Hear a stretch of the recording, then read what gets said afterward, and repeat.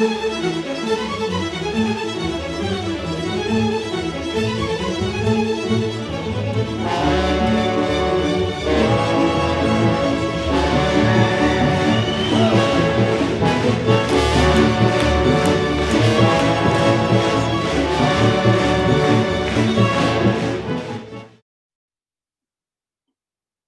and welcome to another virtual virtuoso of the Cheyenne Symphony Orchestra. I'm William Intriligator, music director and conductor. And joining me today is our wonderful assistant principal first violinist, Jennifer Lyford. Welcome, Jennifer.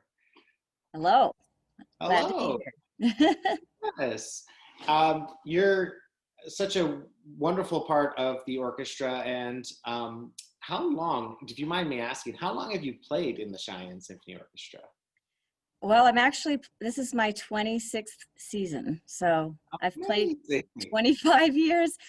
It's easy to remember because I've played in it as long as I've been married. So Oh, nice. as long as I remember how long I've been married, I can remember how long I've played in the symphony. That's great. Wow. It's And hard for me to believe too, honestly. well, it's hard to believe. Also, you look so young. I mean, Oh, you've well, got thank good you. genes. You've got good genes. Well, thanks. Now, also, the other thing is I didn't want to put my foot in my mouth. For the audience, I don't know if they realize that you have a titled chair, and I wasn't sure if I got it exactly right. When I called you our assistant principal, first violin, I think I may have messed that up. I think technically you're our principal first violin. Is that right? I think so too. Yeah, I think that's right. I apologize. No problem. Basically, It's not a big deal to me. I'm just well, happy to play. you're very kind. I'm sorry I messed that up. Technically, you are our third chair, first violin, and that's a chair that doesn't rotate like the rest of the first violin sections. So the first four chairs stay, in position there. It's a an important chair, a leadership role, and it means that basically you could be asked to play concertmaster or assistant concertmaster at any time. And we're very lucky to have you in that position. We like having you there. Thank you. Gosh, 26 years. That's amazing that you've done that. Now, tell us a little bit about your background and where you're from and where you live now and what you're doing and things like that. Yeah, sure. Well, so I started violin when I was 7, and it was, I guess, a couple of years of begging my parents. My parents are amateur musicians themselves. My dad was a percussionist through high school, and my mother played piano. But they really just love music, and my father especially just was a huge fan, if you want to say, of classical music. And we used to watch the Boston Pops on TV, and I guess I was sitting on my mother's lap, and I would point to the piano or point to the screen and say, "I want to play that. I want to play that." And it was the violin whenever the violins came on, and she thought, well, okay. And so I begged, I guess, for 2 years, and she was able to find a Suzuki teacher in town who was just starting up in my hometown, which was Holland, Michigan. So I'm from Western Michigan. Sure. And so I started Suzuki violin with Ellen Risner, and she probably to this day is my favorite teacher because she was one of my first. And I studied with her until partway through high school. And then I took lessons from somebody from the Grand Rapids Symphony. And then I went to St. Olaf College and studied with Charles Gray. And then when I got to Wyoming, I started my master's, and I finished a master's in violin performance and studied mostly with Brian Hanley. So, and which university was that? University of Wyoming. That's what I thought. Okay. Yeah. So along the way, I actually picked up the French horn. So I call myself a closet horn player now. But honestly, I think this is probably why I went into music education, because I just love instruments and I love music. And, when you're in 5th grade and your brother and your sister play in marching band, and it's time to choose if you want to be in band and orchestra. I was like, well, I already play the violin, so why don't I play something else? And so I took on French horn, and I played all the way through college. And I actually did, my senior recital was half horn and half violin. And That's amazing. well, I don't know if it's amazing or crazy, but I have to say it really helped me as a teacher. But also, I think it helped my perspective as a musician. When we're playing the Shostakovich Five and the horns are playing their huge low section, I can sit there and think, I played that once, and I know those notes, and I know what they're going through. So That's I like it. amazing. I don't play as Wow. much anymore, but yeah. That's fantastic. Wow. So then what exactly brought you to Wyoming? Was it to be a master's student at the university, or was there something else too? My husband actually brought me to Wyoming. I had a feeling. Yeah. So we met at St. Olaf, where we went to college, and he was from Casper, Wyoming, and I was from Michigan. And we actually met before school even started, the first week of freshman year. And, it's a sappy love story where we, started kind of dating. And then, both of us had realized that, we were at college, we wanted to just date other people. We wanted to, and finally we just realized, well, oh, well, we're meant to be together. So, but the real funny story behind that is that, I mean, we were both in band together. And so he was also a music major. So we were in some classes together. He actually is a biologist. That was his other degree. And that's where what he went into. But he is from Wyoming and decided to come back. And so that's why we came back, because he started his master's. But the funny thing about the Wyoming connection is that apparently, well, I do remember this honestly. I was traveling with my dad in Wyoming, was a teenager, and we were going and doing the usual Yellowstone, and we were actually in Douglas, Wyoming, and sitting at an ice cream place and looking out over at Laramie Peak. And I thought, man, I could live here someday. And my dad said, well, maybe you'll meet a Wyoming cowboy and get married and live in Wyoming someday, just kind of facetiously. Amazing. Yeah. That's And he's not amazing. like a true cowboy, but he is definitely a Wyoming boy. And Yeah. so, And so Laramie has been your guys' home for basically this whole time of yeah. the 26 years you've been in Wyoming. Yeah. Yeah, That's both of us continued our education and master's, and he got his doctorate, and then he started teaching, and I was teaching, and it just ended up being a good place for us. So, fantastic. yeah. And tell us more about what you're doing in Laramie, and all the other musical activities that you're involved in. My goodness. Well, most of my time is spent teaching, and that's what I really love, and I believe I was meant to do. And um, I find most of my satisfaction in what my students accomplish. And so for 21 years I actually taught general music. I started at St. Lawrence School, which was a small Catholic school, and they didn't have any music at the time, and so I just kind of started a program there. And I was there for 19 years. My kids went to school there while I was teaching, and unfortunately they had to close because there just ended up being a lot of educational choices for families in the area. But I was able to get a position at the school district at one of the elementary schools, and I was there for 3 years. And then just last year I started teaching at the high school. And so this year I'm now teaching, I have 3 orchestras and a guitar class and Yeah. 21st century modern band. So Oh, it's rather exciting. that is Um, wonderful. and I've taught private lessons ever since I've been here too. So I've had students from age 5 on, and I love it. So Did you teach the young ones with the Suzuki method that you yourself started with? yeah, so I taught with the String Academy for a long time, and it's kind of a modified Suzuki. It's not that, the exact way that Suzuki teaches, and I know that they have evolved a little bit in terms of the program. But yes, I mean, the answer basically is yes, we use that method and that repertoire and mixing it with other things. And Sure.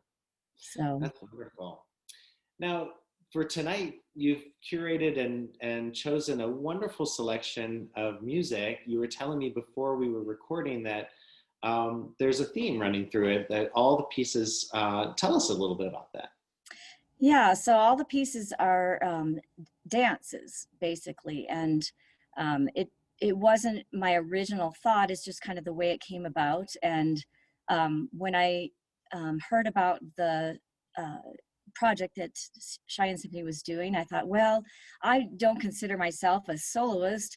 You know, I've always been a real, you know, orchestra musician that loves to play mostly with other people. And I asked if it was all right if I did some duets with my daughter, who happens to be a very accomplished violinist. She's a senior in high school, and she's played since she was 4.5. And so when I was given that okay, then we were looking through some things that we have done before or things that we wanted to try. And we found, you know, some pieces that there was just a lot of choices in the dances. Yeah. And my daughter, I don't consider myself a dancer. You know, I'll dance when nobody's looking. And I used to take ballet for a very short period of time. My daughter, however, is an Irish dancer, and she's very, very good. And she competed for a while. And that was one of the choices, was an Irish Right. competition. Yeah. So I just thought it was fun to, you know, try putting together a variety, a very, you know, big variety of dances in terms of Yeah. when they were written and how they sound and where they came from. Exactly. Right. Yeah. So tell us about the first one, which is actually not a duet. It's just for you alone. Tell us a little bit about that. Yeah, well, I chose the unaccompanied Bach, and partly I think violinists and cellists and violists, it's one of the staples of our repertoire. But it's more than that. I think Bach to me is kind of like it's kind of like eating breakfast. I guess I have to eat breakfast every day, or I don't have a good day, Yeah. or you know, something to that. When I can play my instrument, I will choose to almost always play Bach. And this piece Funny is that you from a mentioned partita. that because when I sit down at the piano every day, I start with Bach. In fact, I also start with Allemands, which I'm getting ahead of ourselves, but go ahead. Wonderful. Maybe you should play too. Yes, we need to hear it. I don't know. There's something about it that it's just it just really touches me. I think that there's something about his background and my background. I think his Lutheran traditions of you know, composing for the church, and you know, growing up, that was a lot of the first music I heard was hymns. And you know, so there's something to that, and there's just something so grounding about Bach, I think. And so when I play, I love to play Bach. I pretty much have to play a movement of Bach, solo Bach, sometime in my practice time. And this one, yeah, and this one was one of the first ones that I learned, so I think it has that meaning to me also. And it's from the partitas, and so there was the sonatas and the partitas, and the partitas he wrote were in the traditional Baroque dance form, dance suite form.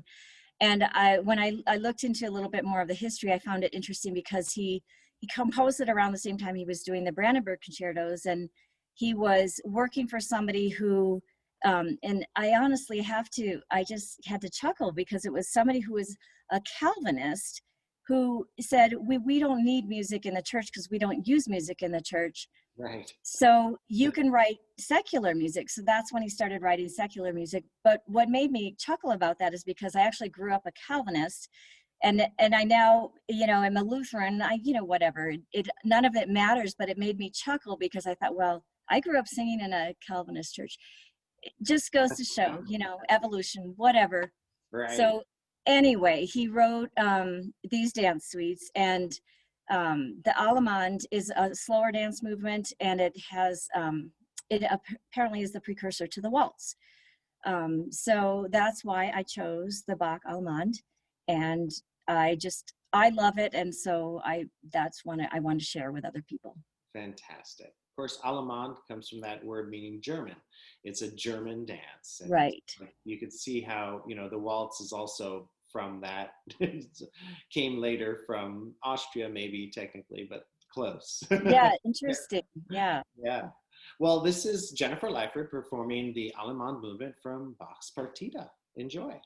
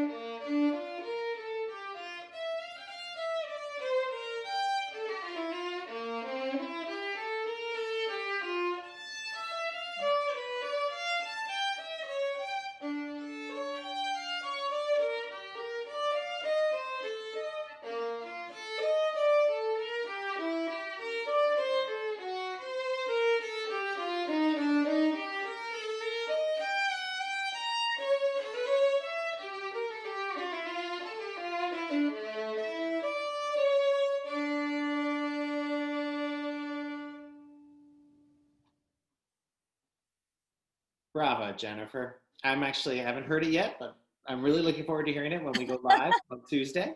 And I'm just so tickled that so many of our musicians chose Bach as part of their virtuoso. I think it just goes to show how sort of foundational he is, but also how not just revered, but like loved by musicians his music is. You know, it's just so fantastic and so timeless. And now the next piece will be the first of the rest of the selections, which are duets with your daughter. And I'm really excited to hear it because I've never heard it before, and I wasn't even familiar with this composer before. Tell us about it. So the first piece is, it's a waltz. I thought it would be a nice way to transition from the Allemande. And it's called Tuxedo.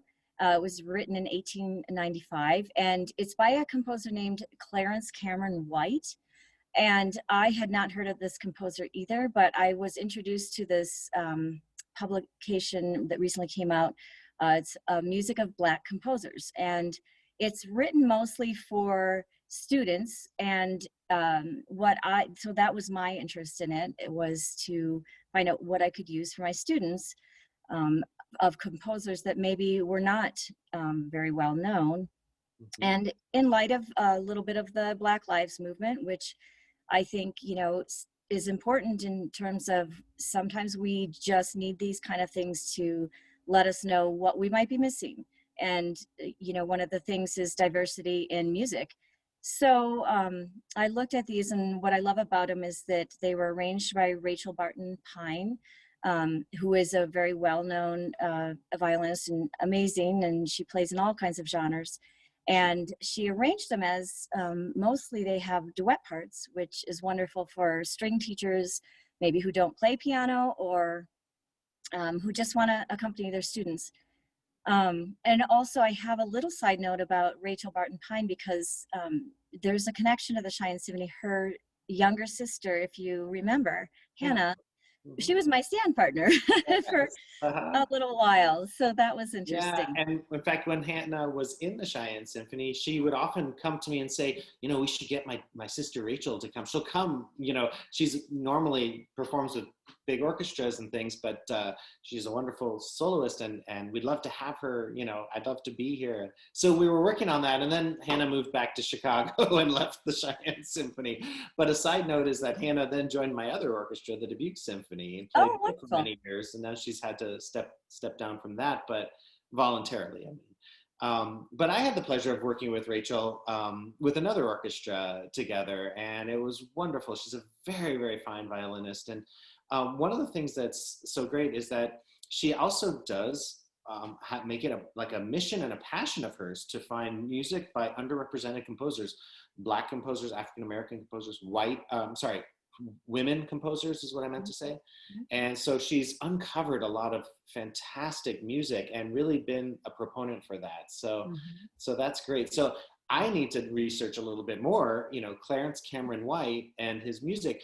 You were saying that he was quite a violinist himself. He lived a long life. What was it, from 1865? 1880 to 1960. Wow.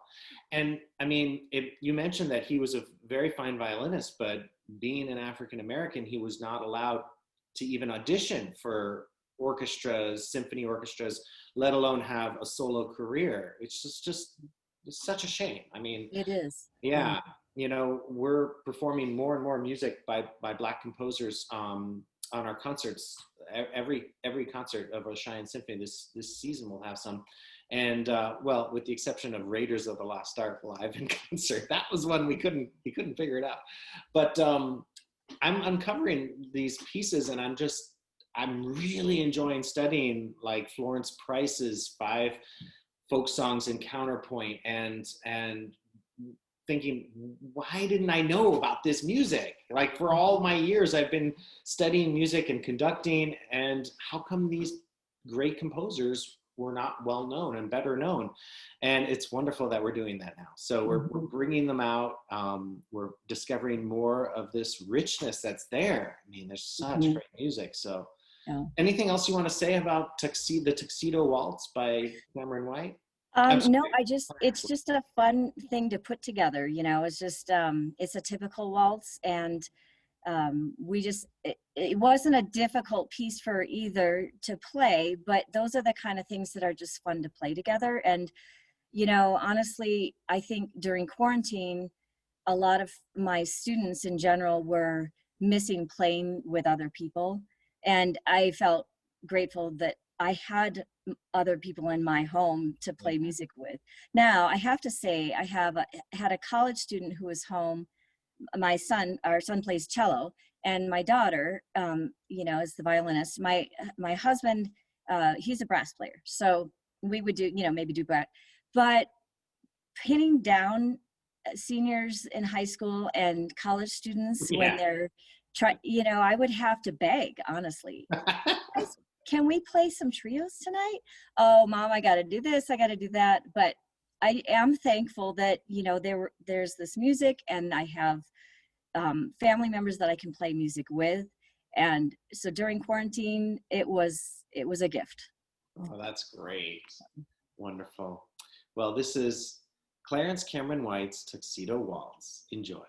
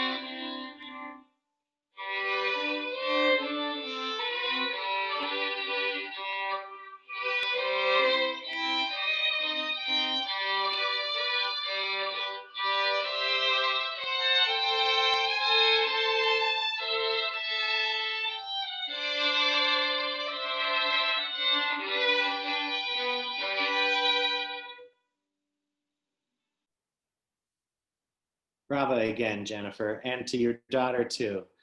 I'm so excited by this, and the whole movement, and many arts organizations are doing this. We're uncovering so many new pieces by Black composers. You were mentioning to me that there's a website that you might want to direct people to. Tell us about that. Right. So when I was looking at closely at the music, I went and saw that they have a website. It's called musicbyblackcomposers.org, and their goal is to promote music that was written by Black composers, and they have a donation button. So if anybody likes what they hear and they want to hear more, um, they can certainly go to that website. Yeah, it's a great website. I've been on it many times studying and discovering new pieces, and it's huge how many Black composers are represented there. I mean, it's a treasure trove. Yeah. And I think what also is neat about it is that, you know, just looking back at Bach, his music was lost for years, you know, and other composers of other time periods. Sometimes their music wasn't found until later.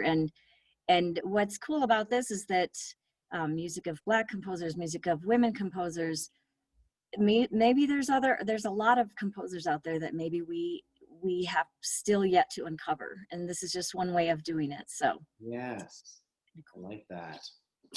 Now, the next duet that you and your daughter are going to play is by very different. Tell us a little bit about that. so the next one is by Bela Bartok, who is a Hungarian composer, we all know probably well, and he wrote 44 violin duos, and most of them are based on folk folk melodies from Eastern European areas, and they're all very short. The one that we are playing together is a minute long, maybe. If we were to play it as fast as Pinchas Zuckerman and Isaac Perlman did, it probably would take 50 seconds. It it is a very quick Serbian dance, and it's just a lot of fun. What I love about these duets is not only does he base his music on folk music, which I love, especially having been a general music teacher for so long. I really, you know, I find folk music to be so interesting from all over the world, and I love that.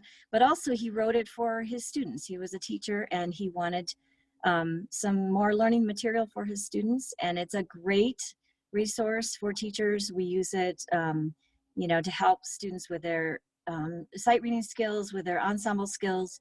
As we all know, Bartok loves rhythmic intensity and his, you know, the very complex rhythms, very complex harmonies. And so it's a very interesting way to introduce that to students. But they're also hard to put together. And we probably had 10 takes of this one because at the end it gets furiously fast and crazy rhythmically. And I had a lot of fun doing it. I think my daughter was at the point where she's like, "Mom, I have homework to do." Can we get this right? But it was fun. It was fun to put together. I'm sure it'll be fun to enjoy and listen to as well. So this is the Serbian Dance Violin Duet by Bela Bartok. Enjoy.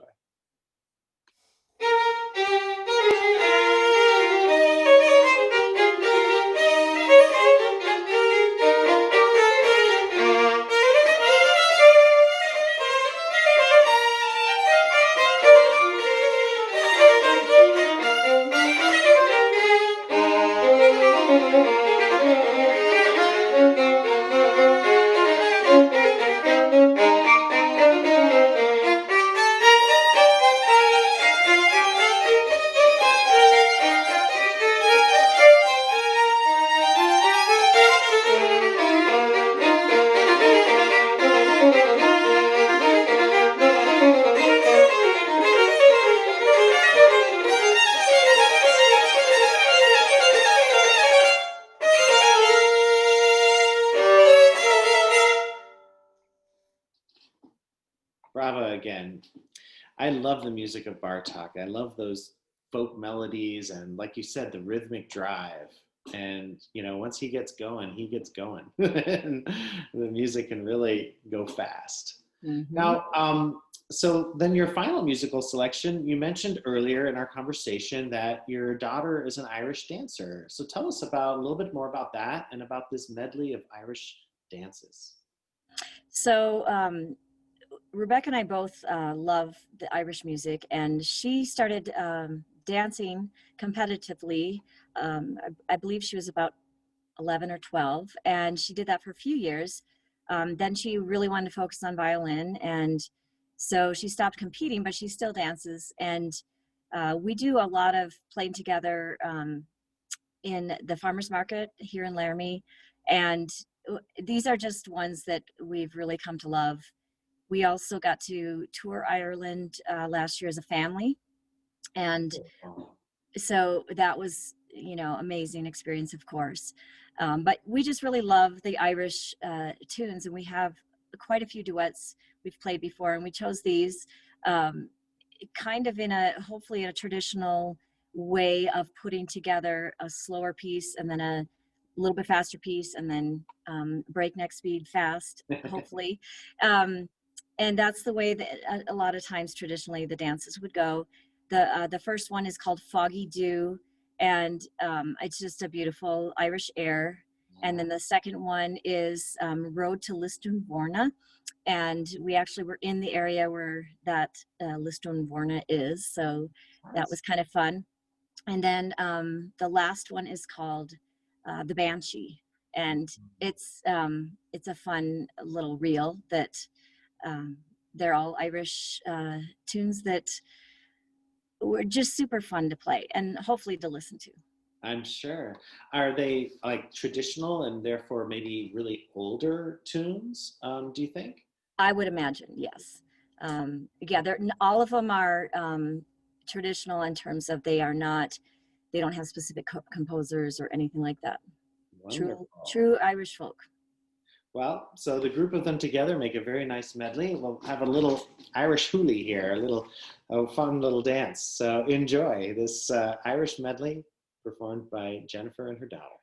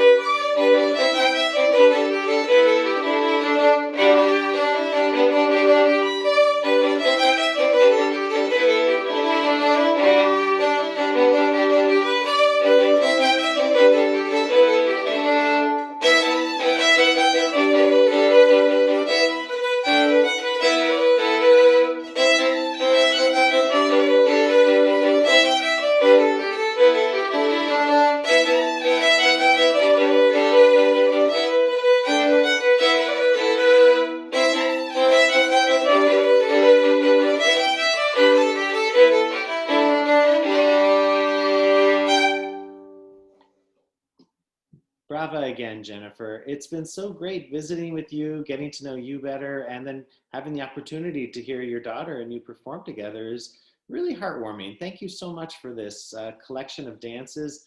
I think you chose great pieces and you put a lot of wonderful thought into it.